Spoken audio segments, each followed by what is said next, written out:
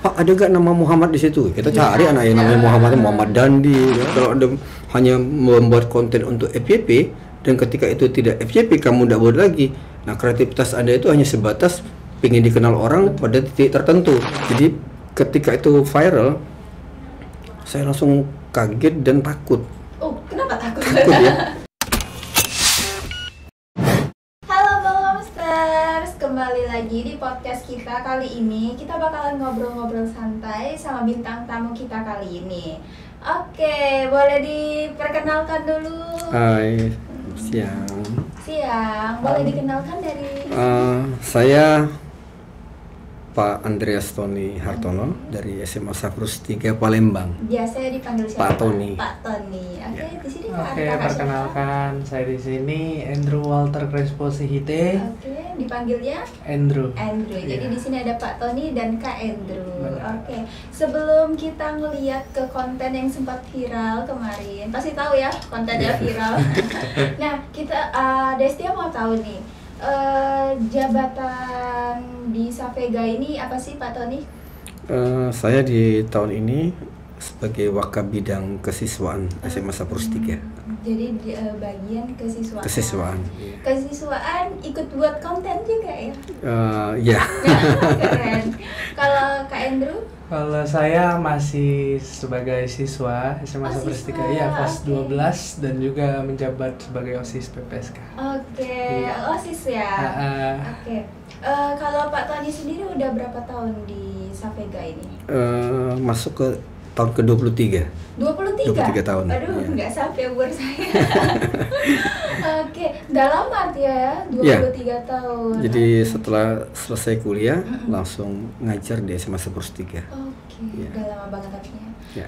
Kenapa milih SMA Saprus 3 ini, Pak? Dulu waktu saya selesai kuliah itu mengajar di 3 sekolah karena kan guru honor ya. Pertama di SMP Saprus 1 Kamboja, kedua di SMA Saprus 3 dan yang ketiga di SMA Saprus 4. Nah di tahun keduanya saya ditawari untuk ngajar di SMP Saprus 1 dan SMA Saprus 3. Tapi saya menentukan di SMA Saprus 3 karena memang alma mater saya alumnus SMA Saprus 3 tahun 1994. Jadi balik lagi. Balik lagi. Kemarin udah jadi siswa, malah Saya jadi guru. Oke, keren. Kalau Andrew sendiri ini udah kelas 3, Kelas ya? 12 Oh, ya, kelas 3. Kelas 12. Nah, kelas 3 SMA. sekarang. Nah. Dari jurusan apa, Andrew? Dari jurusan MIPA. MIPA, Iya. Matematika, IPA, Pengetahuan Alam Iya, gitu ya? benar. Benar, oke. Kalau Pak Tony sendiri, kalau untuk dunia konten ini gimana Pak? Suka, hobi atau gimana?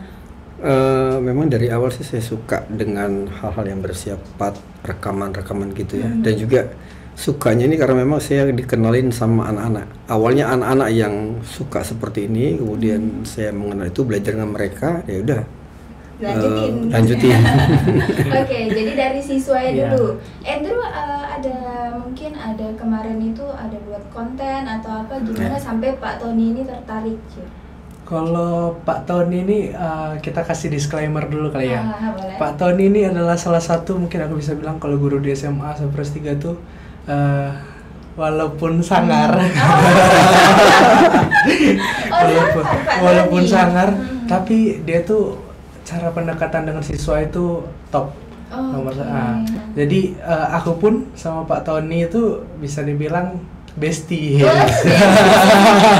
untuk sekarang ya. Jadi gitu. Kalau cara gimana sih Pak Tony ini, dia itu suka untuk hal yang baru. Suka dengan perkembangan zaman itu dia mengikuti sekali. Jadi guru, walaupun guru lama tapi model baru gitu. Jiwanya jiwa muda. Jadi dia supaya up terus mengikuti perkembangan zaman. Jadi anak-anak yang lainnya, jadi dia mendengarkan saran dari teman-teman lain juga gitu loh. Misalkan Pak buat ini kayak ini. Kalau misalkan dipilah oke, bagus, ayo buat gitu. Tinggal tag gitu. Oke. Sangar di kelas. Sesuai dengan judul yaitu adalah kesiswaan. Jadi sangarnya sih ya wajar karena kan nggak semua orang itu ada yang menurut, ada yang mau ikut maunya sendiri gitu loh kan, sebagai kesiswaan meluruskan apa yang tidak lurus gitu. Andrew nih agak ragu-ragu mau ngomong. Agak hati-hati. Balik nanti hilang. Ya sebenarnya saya tuh kalau kembali ke dulu kan sebelum di kesiswaan memang dekat sama siswa. Nah ketika saya dikasih tugas menjadi wakil bidang kesiswaan, akhirnya saya harus mengubah profil saya ya. Kalau dulu dekat sama siswa, nah saya harus mengawal tata tertib sekolah, ya itu tadi yang saya katakan Andrew. Ketika anak tidak pernah bermasalah dengan saya, ya udah dekat. Tapi ketika dia sering terlambat, kemudian bolos, kemudian di luar bikin kegaduhan, nah berarti mereka harus saya ajak ngopi. Kami ngopi bareng ya. Jadi sebenarnya bukan sangar sih, mungkin siswa itu segan sama Pak Tony. Iya, betul. Oke. Kita balik lagi di konten tadi. Mungkin teman-teman di rumah juga penasaran kontennya seperti apa, tapi aku yakin FYP mereka juga pernah muncul. Boleh kita cek dulu tentang video Pak Tony.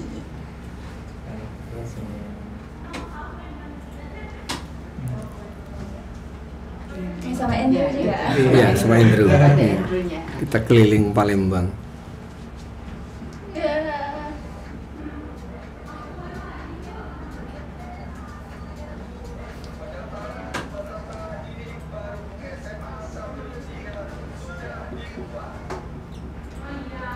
Oh, kalau di sini nggak sangar ya.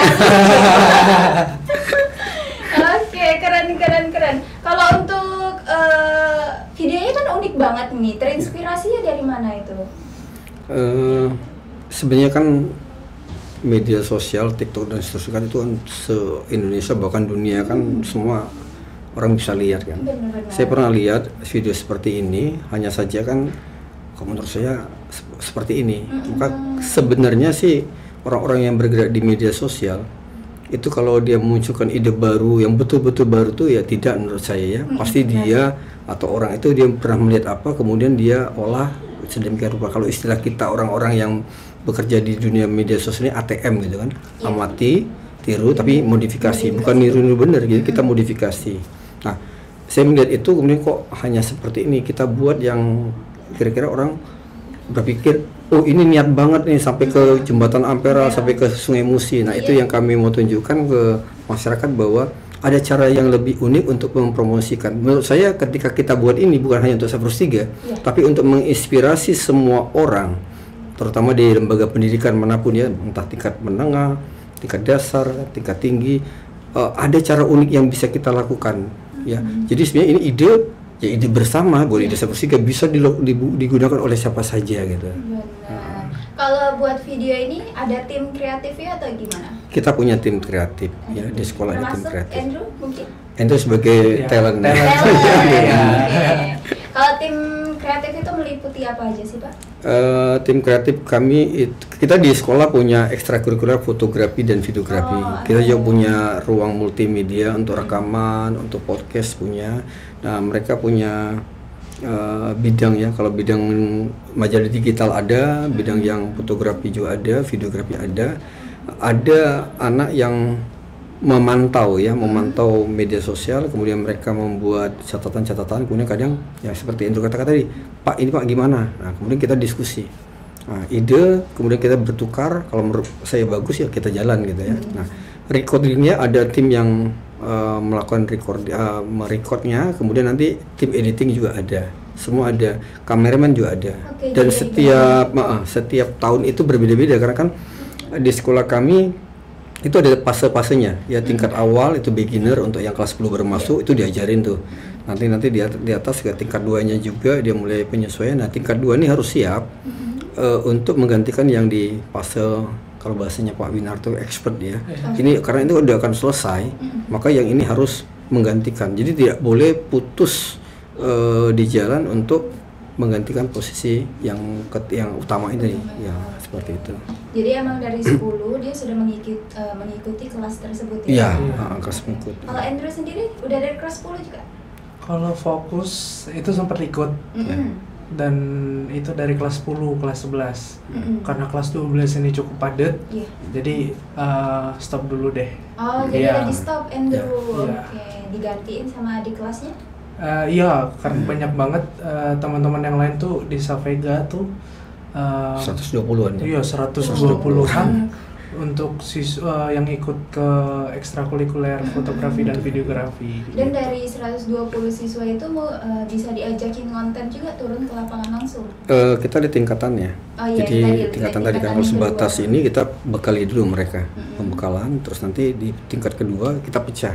Ada yang mengarah ke ini kameramen, yang ini untuk scriptwriter ya, jadi bagi lagi, terus nanti ada yang menjadi talent, itu udah ada pembagiannya. Nah, Andrew ini kemarin keluar karena memang dia mau mendalami extra presenter, dia bergabung di presenter karena mungkin secara apa ya style dia suka itu ya ke presenter. Dan tahun ini pun membludak.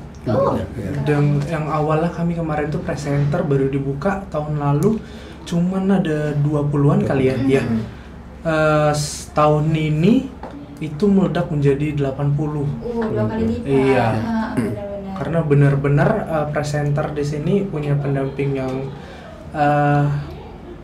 jiwa muda banget, masih energik dan bisa ngasih materi-materi yang benar-benar bisa dipakai. Jadi kamu juga ngerasa nyaman? Iya benar, di Savega juga gitu sih. Jadi semuanya kita setiap event aman. Kayak misalkan MC ada presenter bisa diambil. Jadi bisa diganti-ganti, gak itu aja, bisa nge-explore diri juga. Okay. Kalau Pak Tony sendiri terjun ke dunia konten ini udah berapa lama, Pak? Lebih tepat sih kalau pertanyaan sih ke media sosial ya.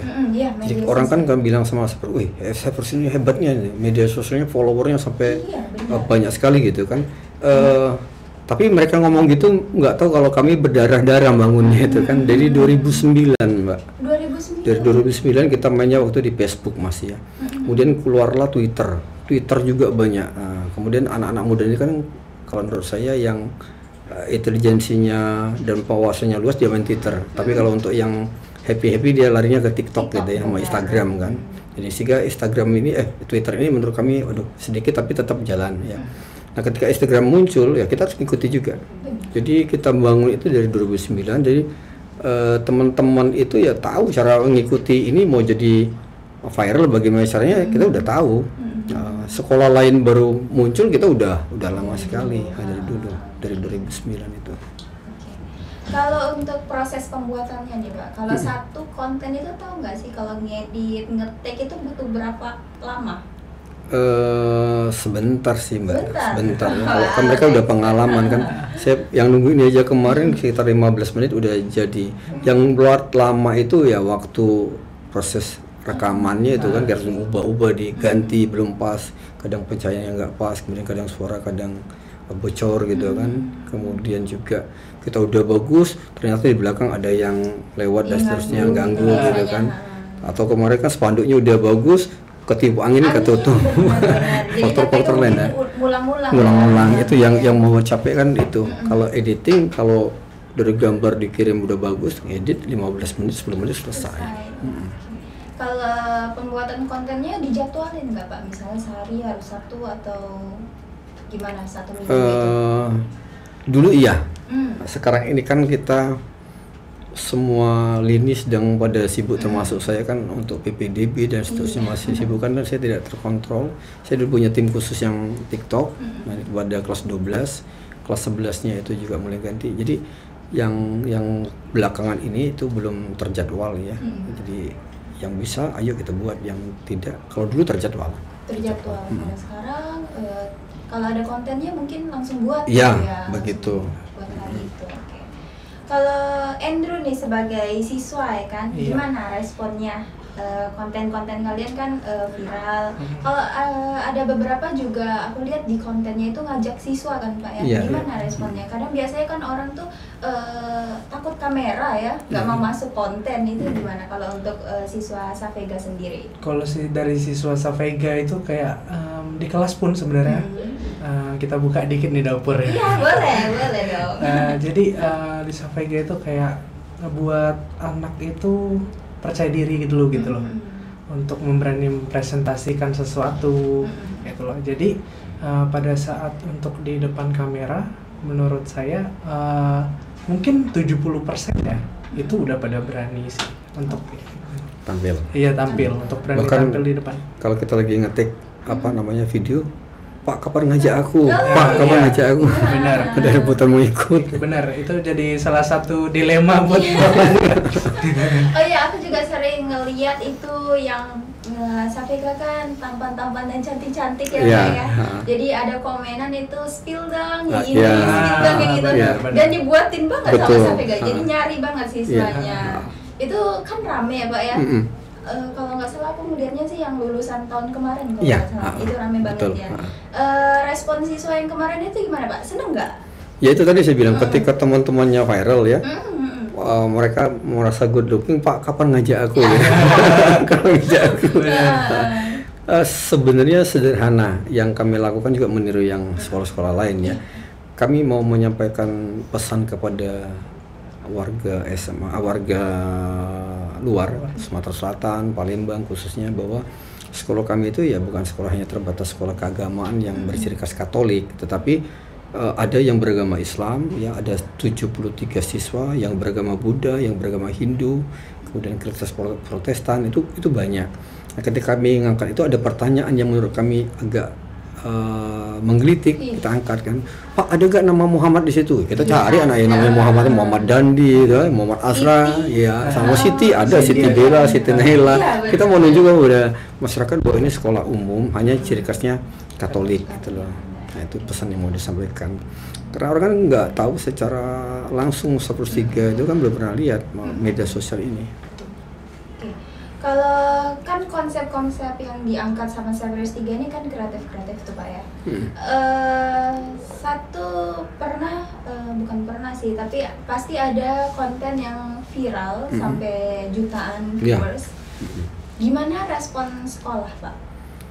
Ya senang juga. Ya. Wah, bahkan kita diapresiasi oleh sekolah Saverus lainnya. Kemudian ya kadang sampai salah tanya gitu kan.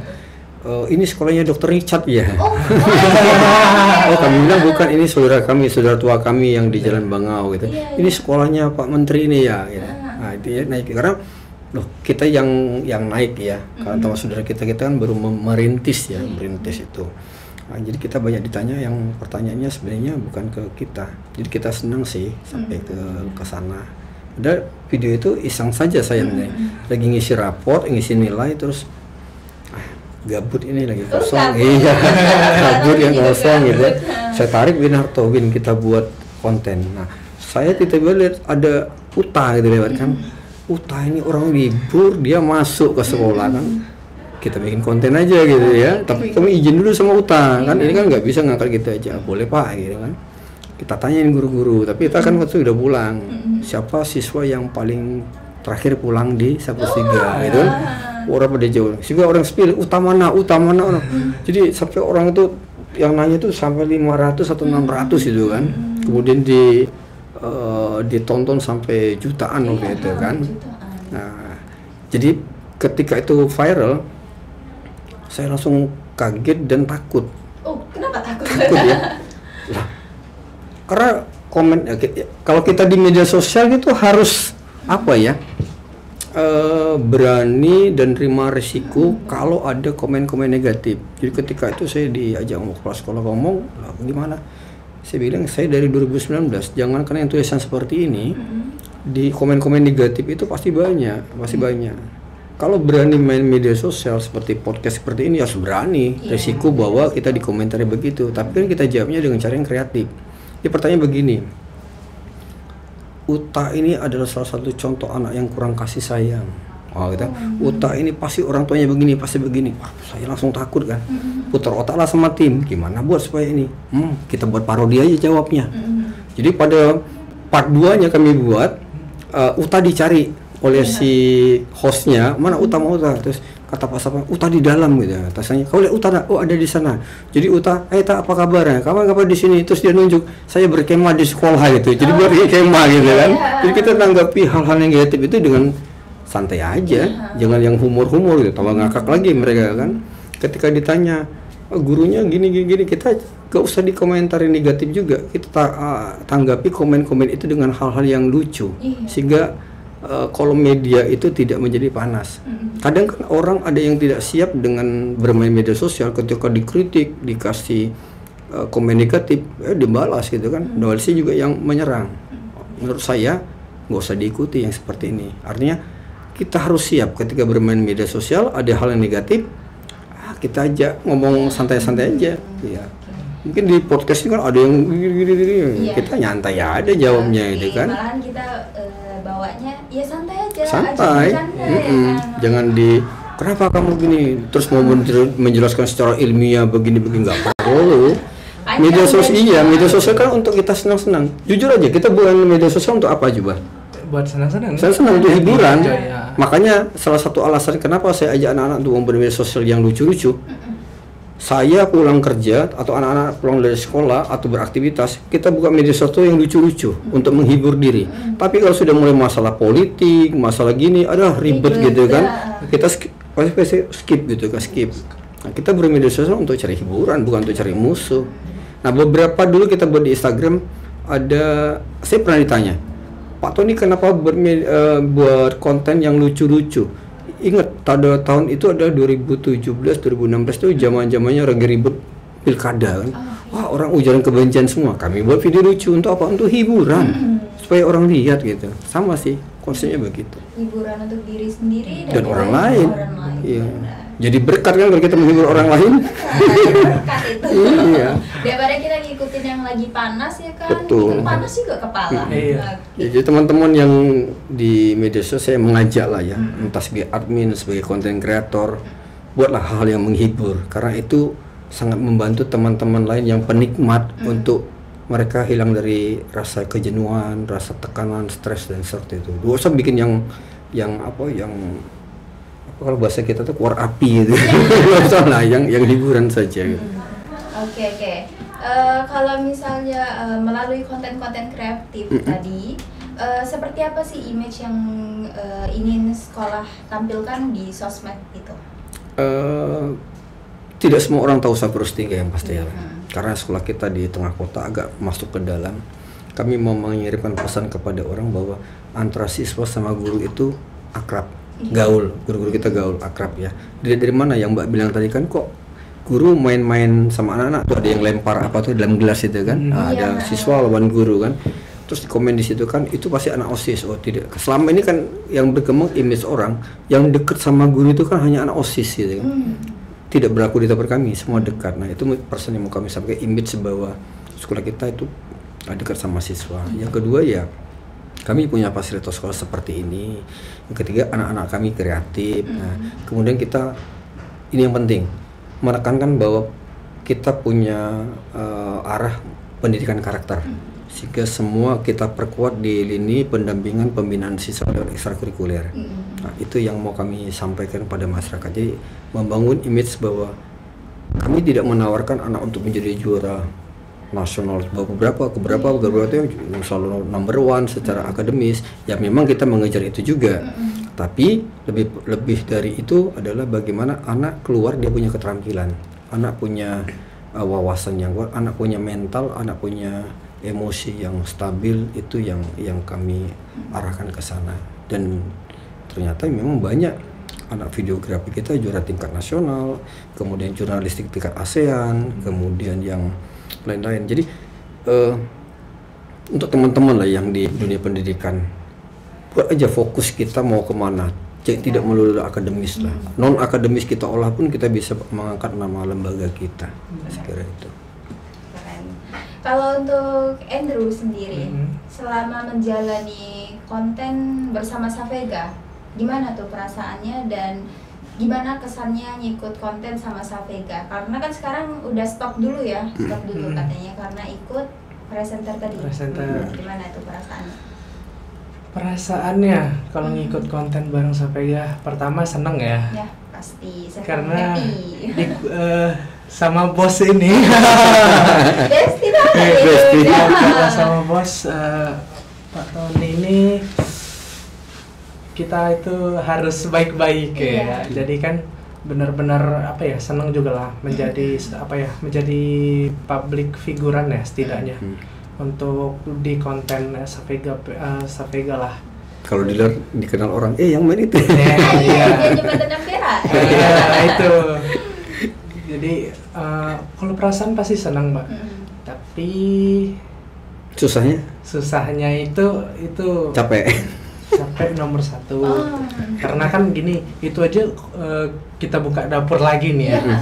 Kalau di video tadi yang Makeba itu, yang lagunya Makeba itu tag di jembatan Ampera jalan kaki panas-panas. Karena kita dari bawah tuh kan Belido, kita ke atas, tag di atas tuh lagi tengah siang bolong, Pak ya. Tengah siang bolong, panas-panas. Jalan kaki dilihati orang. Nah, itu perasaan pada saat itu bagaimana caranya kita harus buang urat malu dulu. Jadi pada misalkan kawan tiba-tiba lewat kan. Andrew lagi nyantai ya. Terus juga itu ada pengalaman. Itu pas di situ tadi kan ada PIM ya, Palembang Indah Murah. Itu pada saat kita take tuh ada beberapa tim yang di dalam mobil emang karena mereka bilang cepet lah daripada nanti diusir kan. Nah pada saat kita take, kita turun langsung buka take, itu tuh udah diliatin satpam ya di situ. Jadi kita buru-buru gitu. Tapi nggak sempat dipanggil. Enggak, dia ngeliatin doang. Iya, di luar area. Kita di luar area emang masih di depan. Sebenarnya kebantu juga dia kan. Juga. Viral kan dia. Kan jadi rame baju. Sebenarnya ini temen aku yang di luar Sumatera pun udah ada yang nyampe ke situ gitu loh, dapetin video itu. Nah, dari situ juga kan mungkin dari luar Sumatera bisa saling sharing juga ya. Banyak sih dari Ambon, dari Papua, kemudian dari Makassar, mereka suka tanya kita. Terutama kita kan tidak hanya di ini ya, di TikTok ya, di YouTube kita Sapega PLG itu kita sering mereka kirim. Dan itu kami senang ya. Itu kan masalah etika ya, etika. Maksudnya Kak, kami boleh pakai konsepnya? Oh silakan. Kenapa tidak? Karena untuk kebaikan. Pak, tolong nanya yang detik kesekian, menit kesekian, detik kesekian lagunya apa judulnya? Kita ini. Kadang mereka juga kirim langsung ke WA, mereka cari, mereka pengen belajar, ini pakai apa, pengeditnya dan seterusnya. Kita berbagi. Kita pengennya sekolah-sekolah di Indonesia ya seperti kita juga menghibur, kemudian kreatif. Kalau saya berpikir kalau kami kreatif hanya untuk kami sendiri itu nggak ada guna. Maka kalau kreatif, ayo kreatif bareng-bareng anak muda itu. Benar. Jadi kita kreatifnya bareng-bareng, belajar bareng. Iya. Oke deh, mungkin ini udah cukup cerita kita kali ini. Boleh dong terakhir Pak Tony sama Kak Andrew sedikit pesan untuk teman-teman yang lagi belajar berkonten, belajar bersosial media. Boleh silakan. Bagi saya pertama anak-anak muda itu kan masih labil dalam sisi psikologinya. Ketika Anda bermedia yang sehat untuk yang menghibur orang, bukan untuk yang menjelekkan orang. Kan kadang kita buat konten kadang menjelekkan orang, itu kan ada undang-undang ITE-nya ya, ada diatur. Kan jadilah kreatif menjadi contoh bagi yang lain seperti itu. Kemudian yang kedua ya, saya terima kasih diundang kemari. Saya juga terima kasih banyak. Wah, ini hebat studio. Kita punya studio tapi tidak sebaik ini. Boleh deh semua SMA kalau yang nonton ini, sekira ini media yang paling baik yang bisa digunakan untuk di SMA dimanapun yang berada ya, bahwa berbagi pengalaman, sharing di sini dan juga belajar di sini. Peralatannya luar biasa, bahkan nanti saya diajak ya keliling-keliling lihat di atas ya. Di atas itu tadi saya senang mengeksplor, kemudian kita kembangkan di tempat lain. Ini sesuatu yang luar biasa, saya diundang ke sini dan ini bukan sesuatu yang kebetulan, dan saya berharap nanti ada undangan berikutnya, tapi bukan untuk saya dan untuk Andrew. Saya tadi kan cerita ada tim ya. Nah, boleh diundang tim yang ada di tempat kami untuk tur kampus ya, tur kampus, kemudian di sini belajar bareng dan pasti anak-anak suka. Gitu.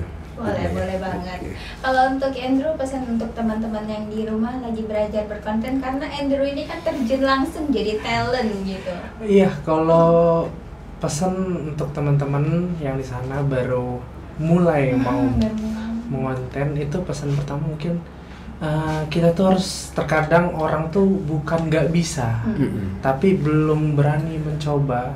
Pilihan tuh ada dua, mau atau tidak, bukan bisa atau enggak, tapi mau atau enggak.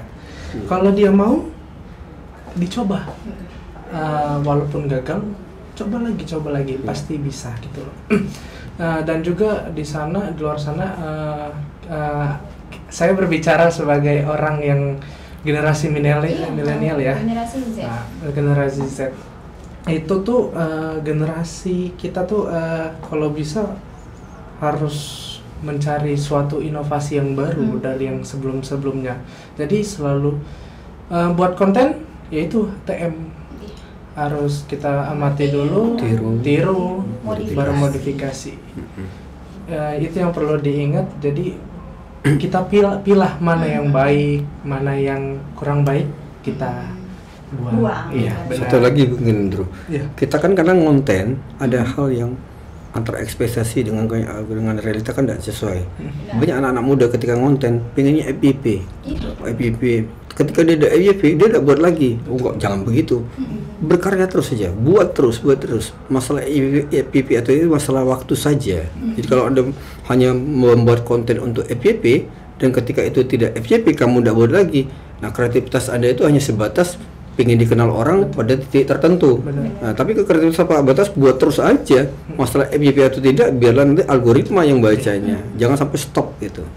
Jangan stop guys. Karena saya juga kan lagi belajar berkonten juga ya. Karena kadang mungkin kalau kita nggak ngelihatnya FYP mungkin sedih ya.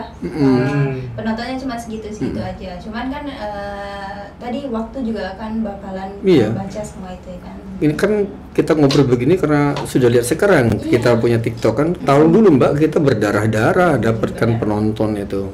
Perlu proses semuanya. Keren.